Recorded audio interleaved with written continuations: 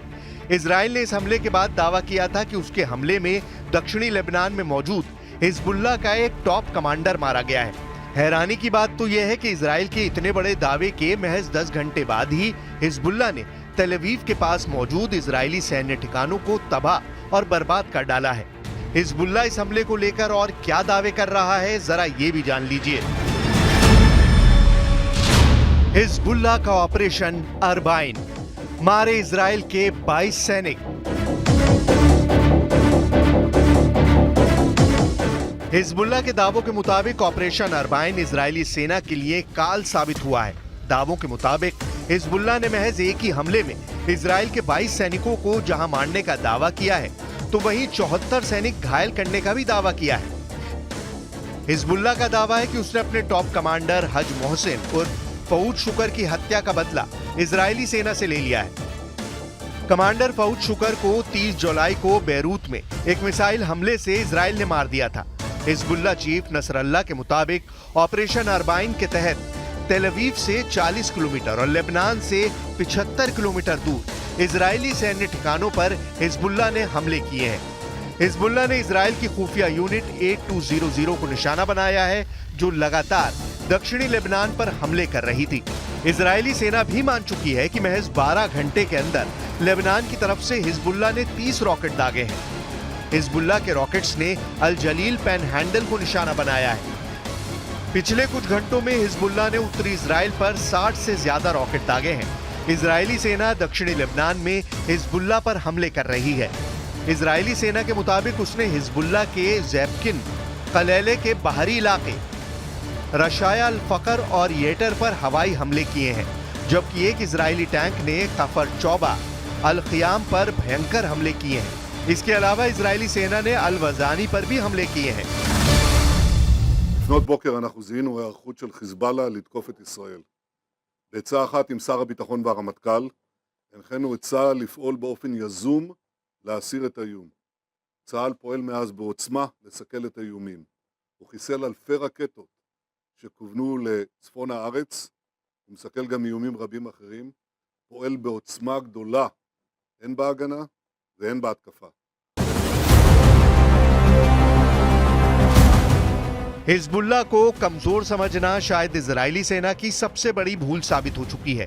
Israeli सेना बेशक गजा के साथ साथ लेबनान पर घातक हमले कर रही हो, लेकिन खुद इजराइल के टॉप सैन्य अफसर चेतावनी दे रहे हैं कि हिजबुल्लाह को हमास समझना इजरायली सेना की बड़ी भूल साबित हो सकती है।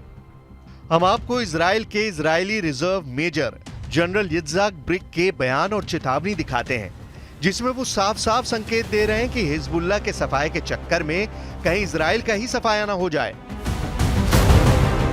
Reserve major general Yitzhak brick का साफ कहना है कि अगर लेबनान से सीधी और बड़ी जंग इजराइल ने की तो हिजबुल्लाह इजराइल के तेल अवीव, गुशदैन को तबाह कर सकती है। इजरायली जनरल ने यहां तक कहा कि अगर इजराइल ने लेबनान के साथ युद्ध को आगे बढ़ाने का फैसला किया तो इसके गंभीर परिणाम भुगतने होंगे। उन्होंने यहां तक कहा कि इजरायली सेना के टॉप अफसरों की बात निरर्थक होती जा रही है।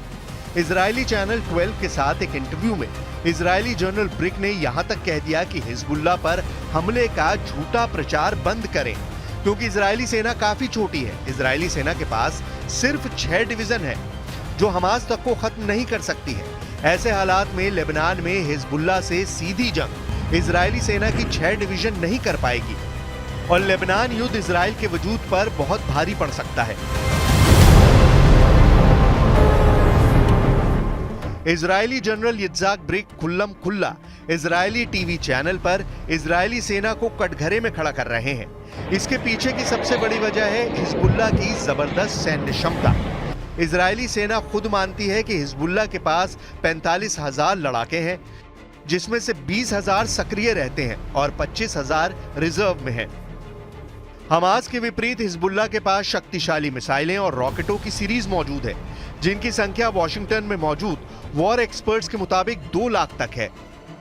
हिजबुल्लाह की 2 लाख मिसाइल और रॉकेट इजराइल के शक्तिशाली एयरफोर्स और मिसाइल रक्षा नेटवर्क को पूरी तरह से तबाह कर सकती है। והעקרונות הללו, אני חוזר ואומר, תואמים את מתווה ה-27 במאי שזכה לתמיכה אמריקנית. אני מבקש שוב להדגיש, החמאס עד לרגע זה דבק בסרבנותו, או אפילו לא שלח נציג לשיחות בדוחה. ולכן את הלחץ צריך להפנות לחמאס ולסינואר, ולא לממשלת ישראל. जरा हिजबुल्लाह के इस वीडियो को देखिए, जहां एक विशाल सुरंग में हिजबुल्लाह के खतरनाक लड़ाके घातक हथियारों से लैस दिखाई दे रहे हैं। वीडियो में हिजबुल्लाह के लड़ाके सुपर सोल्जर्स की तरह नजर आ रहे हैं। हिजबुल्लाह की सुरंगों की खास बात यह है कि ये लगभग 2 मंजिल ऊंची हैं। सुरंग में घातक मिसाइलें, रॉकेट भरे पड़े हैं। बड़े बड़े ट्रकों पर सैकड़ों मिसाइलें लदी हुई हैं। चौंकाने वाले हिजबुल्लाह के वीडियो में नई इमाद 4 सुरंग दिखाई गई है। अभी तक दुनिया हमास की सुरंगों के बारे में ही जानती थी, लेकिन पहली बार हिजबुल्लाह ने घातक हथियारों से लैस सुरंग दिखाकर इजराइल और उनके सहयोगियों के होश उड़ा दिए हैं। दावा किया जा रहा है कि ईरान के सुप्रीम लीडर खामनेई के कहने पर ही हिजबुल्लाह ने इजरायली सेना पर हमले तेज किए हैं। हिजबुल्लाह चीफ हसन नसरल्लाह और सुप्रीम लीडर खामनेई के कहने पर हिजबुल्लाह ने पहली बार सुरंग मिसाइलें इजराइल पर हमला करने के लिए खोल दी हैं।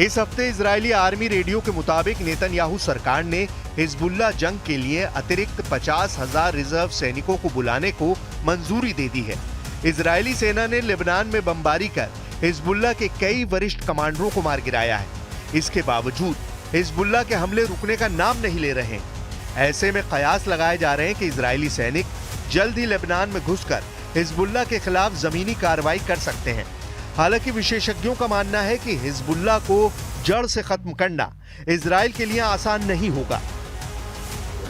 फिलहाल जिस तरह से हिजबुल्लाह ने इजराइल के 22 सैनिकों को मारने का दावा किया है, उससे साफ हो गया है कि अब हिजबुल्लाह और इजराइल में बेहद खूनी जंग जमीन पर शुरू हो जाएगी।